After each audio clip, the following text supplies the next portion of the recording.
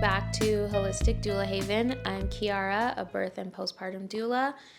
If you're new here, feel free to watch the first 2 episodes where I take a deep dive into what a holistic doula is and what I do. But today is going to be about the role of fathers, partners, and supporters in birth and postpartum and how they can be involved. So birth isn't just about the mom. It's solely about the mom, but she's not the only one involved. If you have a partner, it's a big shift for them too. So it's really important for them to feel empowered and supported so that they can fully show up for the mom and the new baby. So I'll be talking about how partners can emotionally and physically support during labor, the importance of advocating in the birth space, how to stay connected during postpartum, how to build confidence as a new parent. So, whether you're an expecting father, a doula supporting someone, or anybody who knows the mom who's going to be supporting that partner, whether you're an expecting father or a doula or the partner or whomever to that mom giving birth, and you're going to be in the birth space or the postpartum space, then this episode is for you. So, first, I'll talk about the emotional role of a supportive partner. So, whether you're the other parent or a mom or a doula, the support that you provide to the mom is just as important as the mom giving birth and going through the pregnancy, especially physical and emotional. I would say emotional more than physical. Physical mostly comes like when things are like really crazy in the birth space. Some physical during the pregnancy itself, but I would say there's not like a significant amount of stuff that you can do. Just because, like, unless you can physically take that baby out and carry it yourself, you're not really gonna do all that much. So during labor, the mom is very vulnerable, very emotional, very difficult. Whether she's given birth or not, it's a lot. So having somebody who can ground her and feel grounded themselves so they can fully support her is super important, and it can make a really big difference in the overall birthing experience. So some ways that you can support is by just holding space. So not trying to fix things. I mentioned in another episode, I am a girl's girl, so I've heard this from every single one of my friends. And from personal experience, men love to fix things even if you didn't ask. I don't know. Maybe it's just their pre-programmed brain, but you'll tell them a problem. They're like, let me give you a list of solutions. I'm like, actually, I didn't ask for that. So please stop talking before I punch you in the face. You know, whether you're pregnant or not, it's a little bit annoying. So like, unless I asked for you to like fix my issue, maybe just like nod and smile, you know, that might be helpful. It's hard for people to grasp, like, yes, this person's coming to me with a problem and I need to fix it. Like, no, you don't. Especially if it's someone you care about. It's kind of hard to just not try to give solutions right away. But, you know, that's where you can just ask, like, do you want a solution or do you just need to vent? What can I do for you? I mean, sometimes that can also be an annoying question, so maybe it's just a lose-lose situation all over. But, you know, just like read the room, I guess, which again, men are not very good at doing sometimes. They're just like a little bit behind in the room reading situation unless they were raised right. Then, but you know, it's just how they are. We can't fault them for it. They just try their best, you know?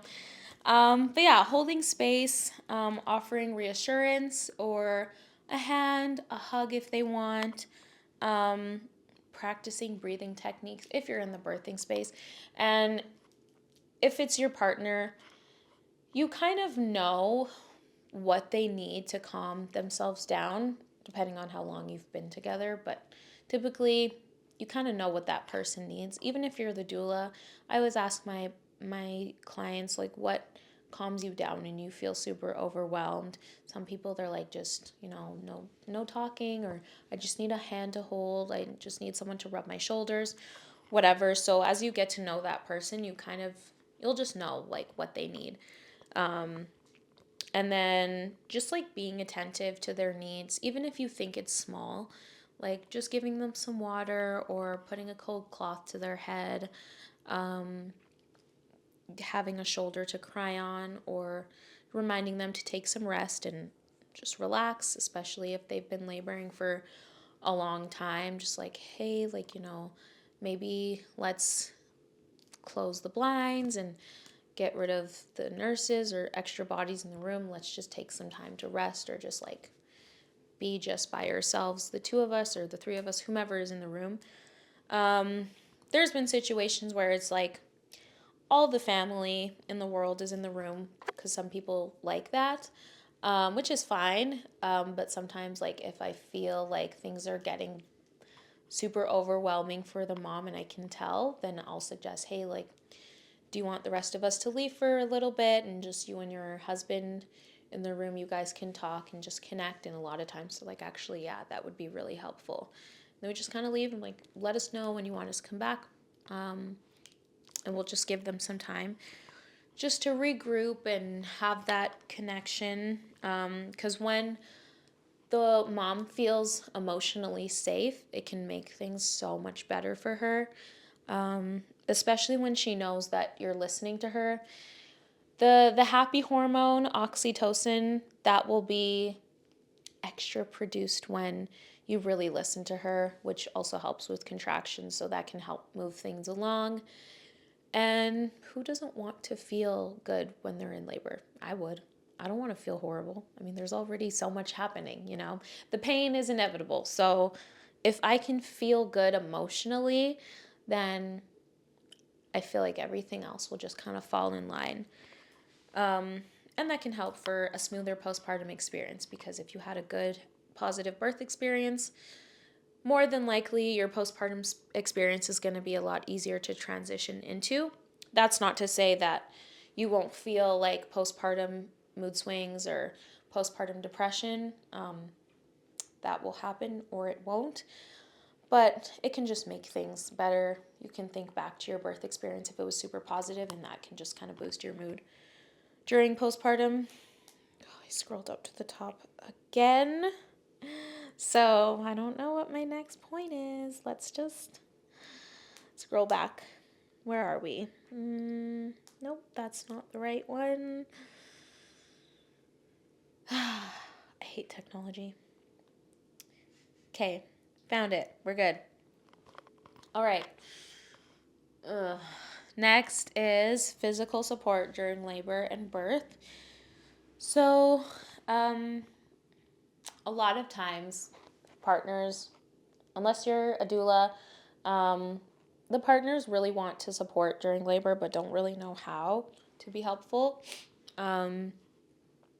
If it's your first baby, you probably haven't seen your wife go through such a transformative experience, and probably haven't seen her in so much pain. That's really difficult for a lot of partners to watch, just because it's this person that they love so much, and nobody wants to see their loved one in pain and not really know what to do.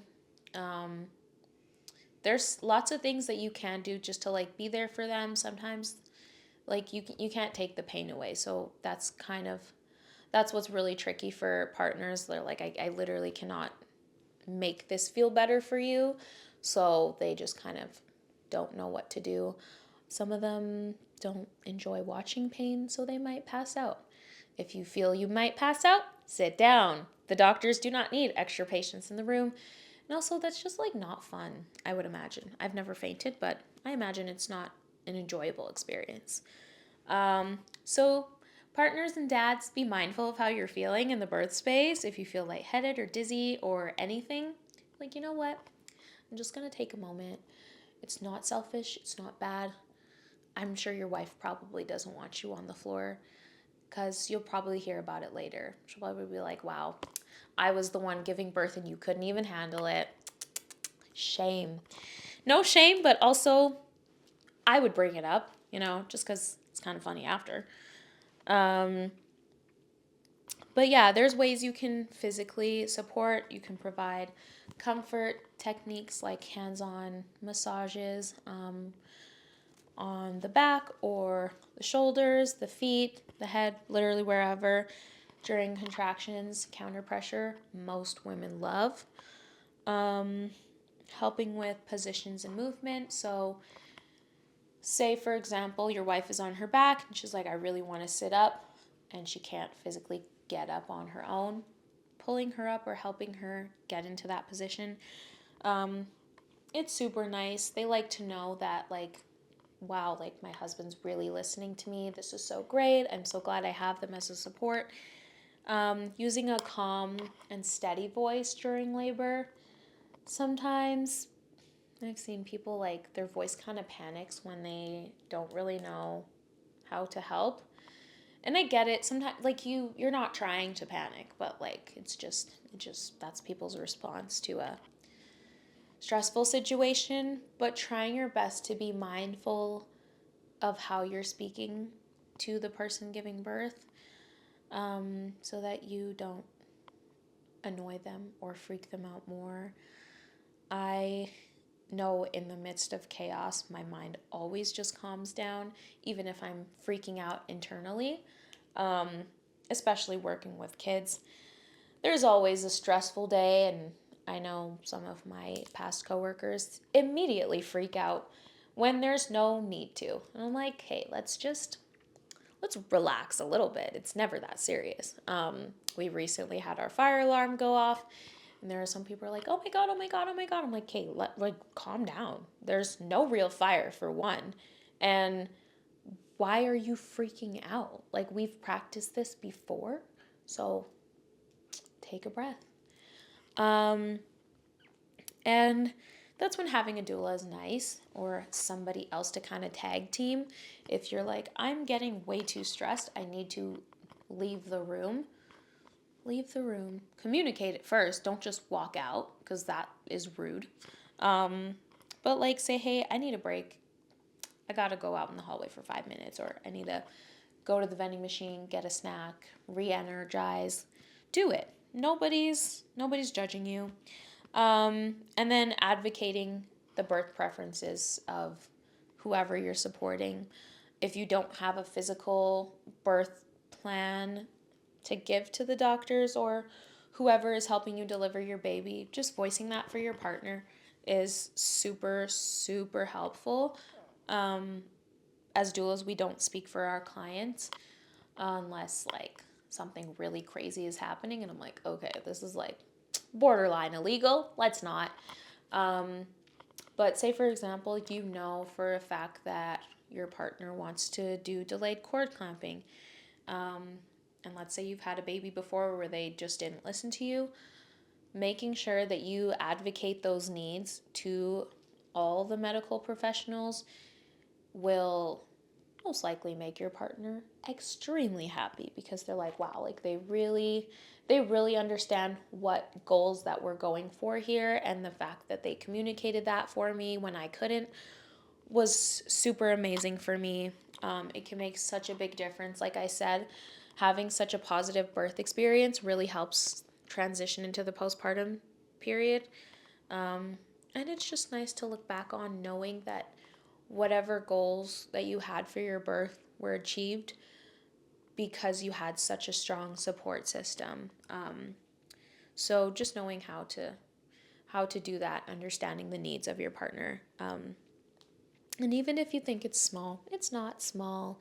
It's big to your partner because, perhaps most people can't really talk when they're in active labor.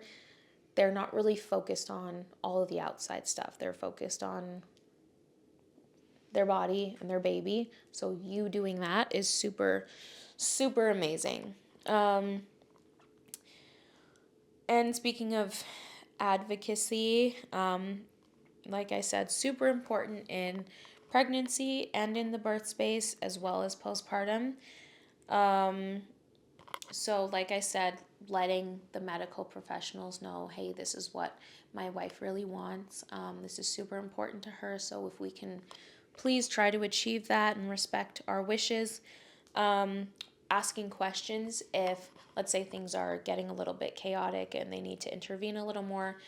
Asking questions, hey, what's the medical reason why we're doing this? Are there any side effects? Are there any risks? To make sure that it's really necessary to happen in that moment, or maybe just to help your wife understand a little bit better if she can't come right out and ask herself. And then creating that calm, protective space. So, for example, let's say you have a nurse that's a little bit pushy, kind of sassy, maybe a little bit rude, and you're like, I don't like her energy. You can be like, hey, this isn't vibing. You gotta go. Don't come back. Maybe say it a little bit nicer. Or if they really did something that was so rude, bring the same energy. I mean, maybe that's not a good thing to encourage, but that's just me. If you're rude to me, I'm going to be rude back. I do not care. Um, but yeah, you just want to make sure that space is like everything that you want it to be. There's so many things that can happen in birth that are out of your control because it's quite literally up to the baby. And they're like, I don't really care about your preferences. I'm going to come out how I want, and you're not going to say anything about it. So, making sure that you know how to make that environment as calm or as exciting as you want it to be, so that the mom can really focus on herself and the baby and not have to worry about all the outside noise. Because who wants to try to be barking orders when you're like having contractions back to back? I would be so mad if that were me. I already can't focus when I'm in pain, so good luck, you know? Um, but as a doula, I always want to remind partners that your voice also matters. Um, for the most part, there are some things where I'm like, oh, like, don't say that maybe. There's a lot of like controversy. It's starting to go in the right direction, but there are some people who just like put their foot in their mouth by saying like, throw in an extra stitch for me, doc, or don't give my wife the epidural. We don't want that.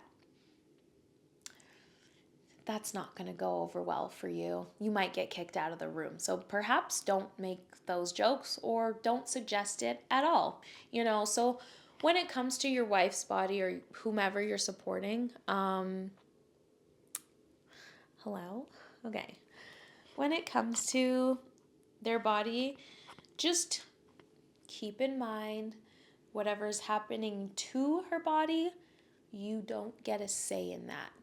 If it's medically necessary or if it's what she wants. Yes, that baby in there is yours, but that body is not yours. So, remind yourself of that. If you need to tell yourself every day so that you don't come across as the most annoying person on the planet, please do so. Because we don't like that energy. It's never giving. So, take it out with the trash kind of thing. And then, as I mentioned, positive birth experience, positive postpartum experience. So that's what I'll talk about next.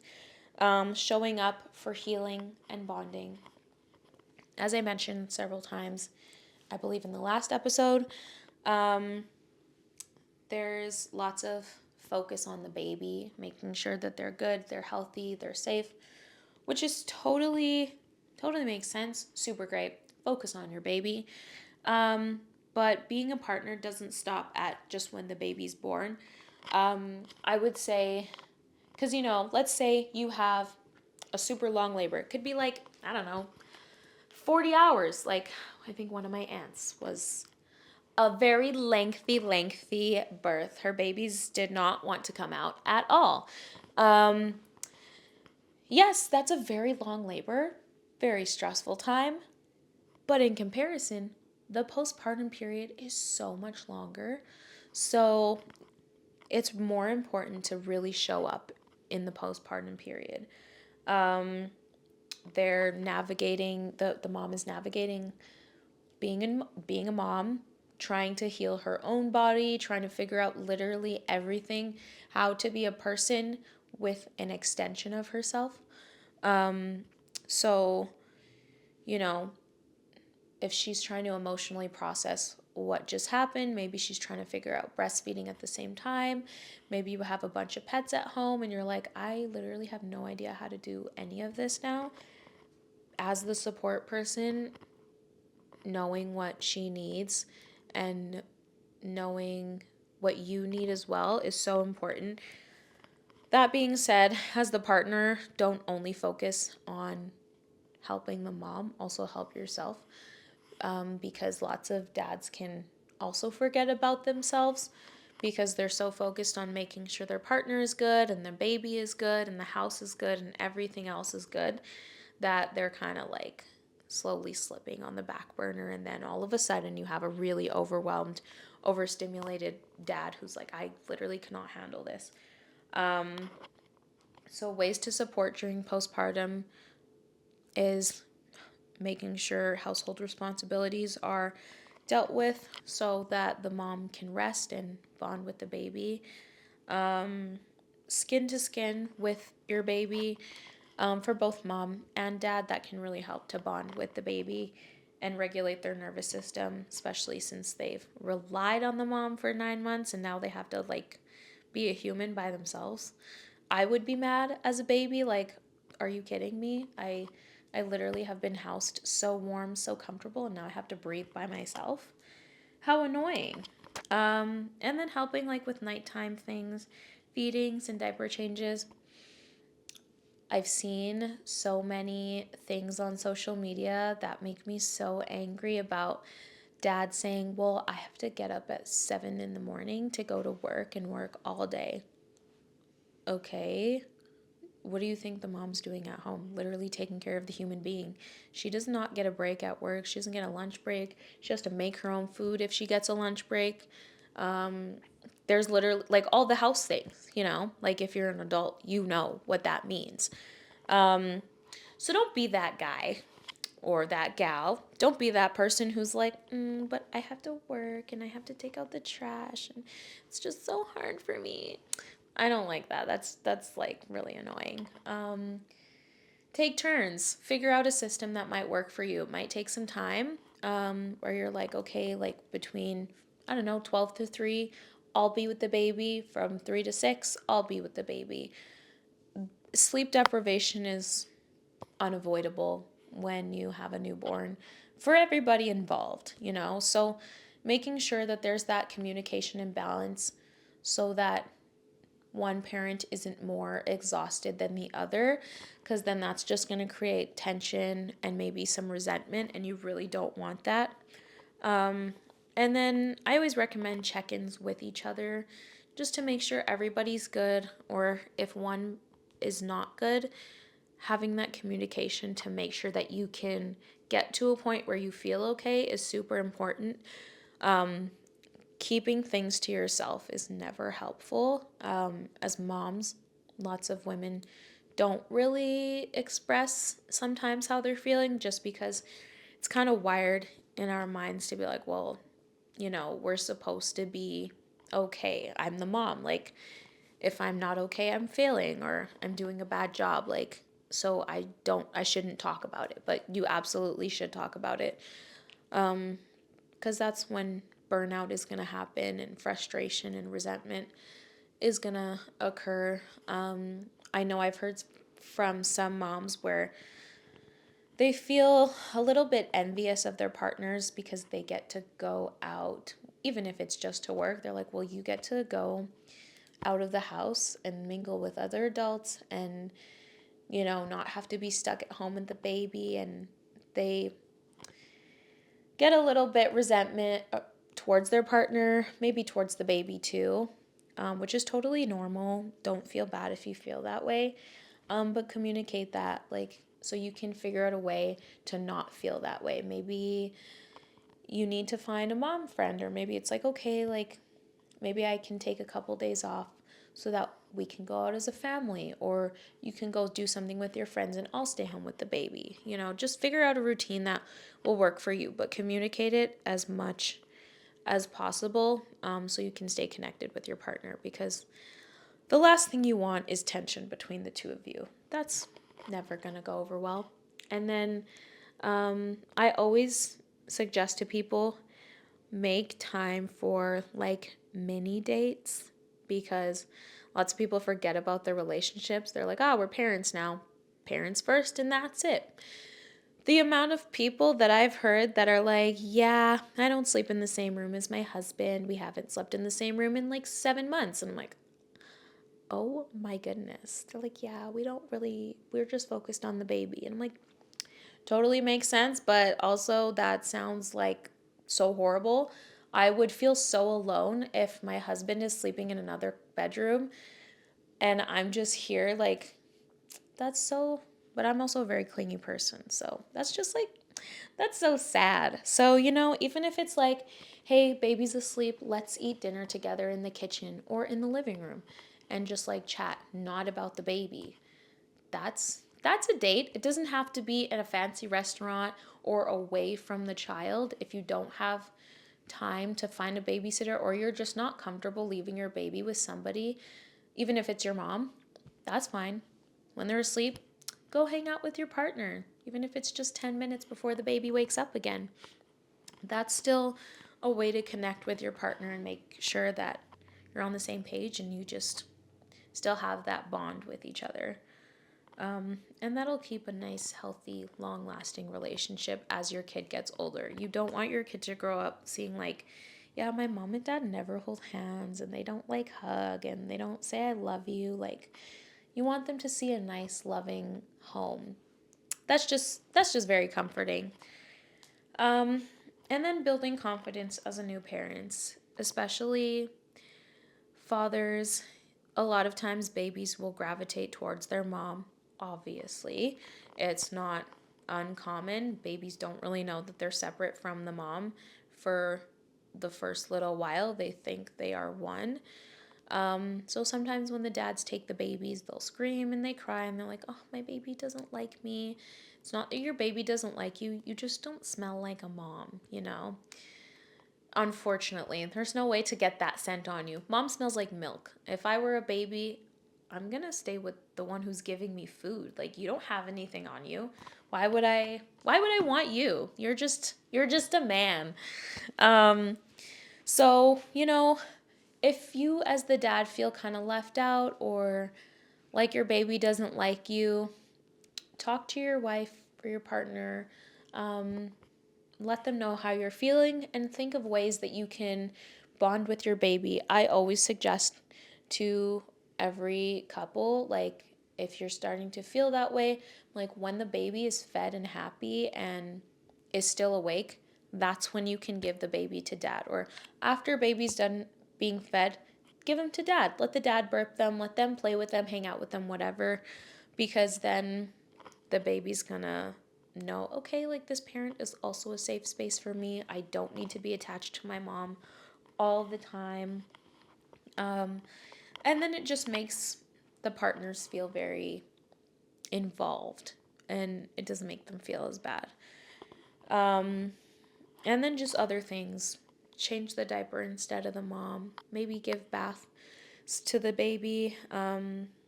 Just like kind of taking turns, talking to them, singing to them. Lots of people are like, but they don't know what I'm saying. That's literally not the point. They don't need to know what you're saying. Even my toddlers at my daycare don't know what I'm saying half the time. It's not really the point. The point is to connect and bond with your baby. And then you can also attend classes and ask questions about ways to stay involved.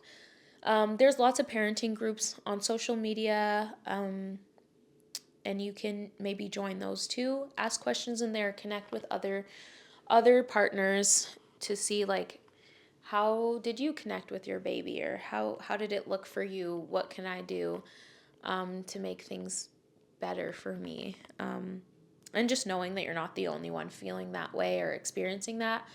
Lots of people find comfort in that, in knowing that they're not alone. And it's also nice to just have that nice, strong family connection. When both parents are fully involved, then it just creates such a nice, positive, welcoming, homey space. Which leads me to my last point, why partner support is key to positive birth outcomes and postpartum outcomes.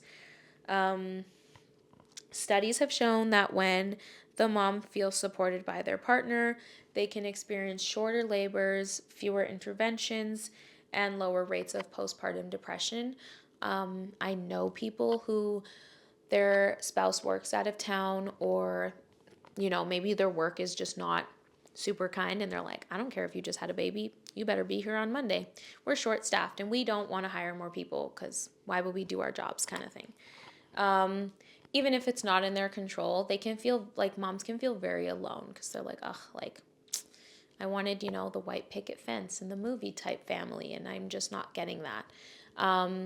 So while you are home, like, don't just come home and go sleep because you're tired. Like, go sit with your wife and sit with your baby, ask how her day was, talk with her, just to really make sure that postpartum experience for both of you is super positive. And even if you're super tired, lots of dads have reported like them getting involved and asking those questions and just being there. It just makes them feel so much better because they're like, wow, like I'm really connected with my family. And then even in the birth space, feeling happy and feeling good just helps things progress so much more. You can compare it to like just everyday life things. If you wake up every morning super grouchy and just hating life, and then you go to work, your day is going to feel like 12 hours, even if it's just 6. You're like, this day is the worst. I hate this so much. Like that negative attitude just like doesn't help anyone and just makes things so much worse for yourself and everyone around you. But if you wake up and you're like, okay, like today's going to be a great day. I feel good. I ate breakfast, whatever. By the end of the day, you're like, oh, wow, like I can't believe my shift is over. Like, what a nice day, and just like telling yourself affirmations and things like that just makes things so much more positive. But that being said, if you are feeling not super great, don't dismiss those feelings either. Let those feelings happen and then you can move on so much quicker. But that being said, even more than just like less interventions and things like that, just having the presence of someone who's being supportive just makes mothers feel so much more safe and supported and happy. And who doesn't like to feel supported in any situation? So whether you're an expecting father or a doula supporting your client or a mom, anybody who's supporting the mom in the birth space or in the postpartum space, know that your role is super important in that person's life. Ask them questions about what they need. You're more than just a support person. You're quite literally like an anchor to that person, an advocate, somebody who's going to make that person feel so good and so happy in their journey wherever they are. Thanks again for tuning into this episode, whether you're an expectant father or a doula or a mom supporting her daughter giving birth. Know that your role is more than just being a support person. You're an anchor to whomever you're supporting. You're an advocate and you're making their journey so much better for them. And if you know anybody who might be feeling this way, any dads, any spouses that might be feeling like their support is just not enough, feel free to share this with them and maybe it'll help them feel a little bit better. And I'll see you in the next one. Much better.